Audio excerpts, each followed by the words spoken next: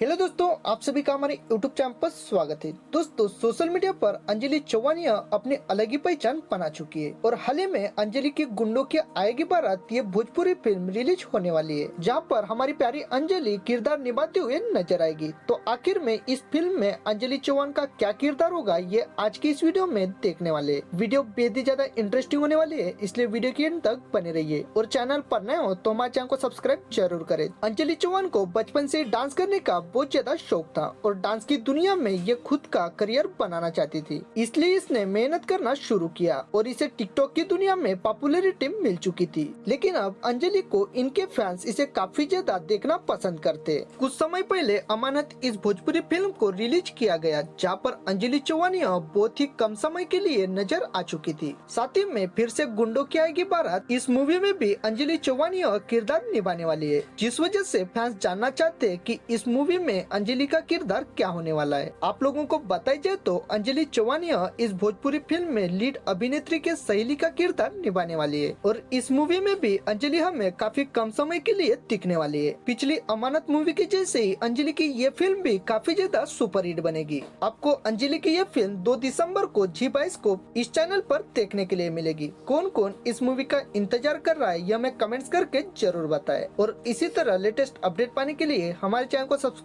जरूर करें। धन्यवाद।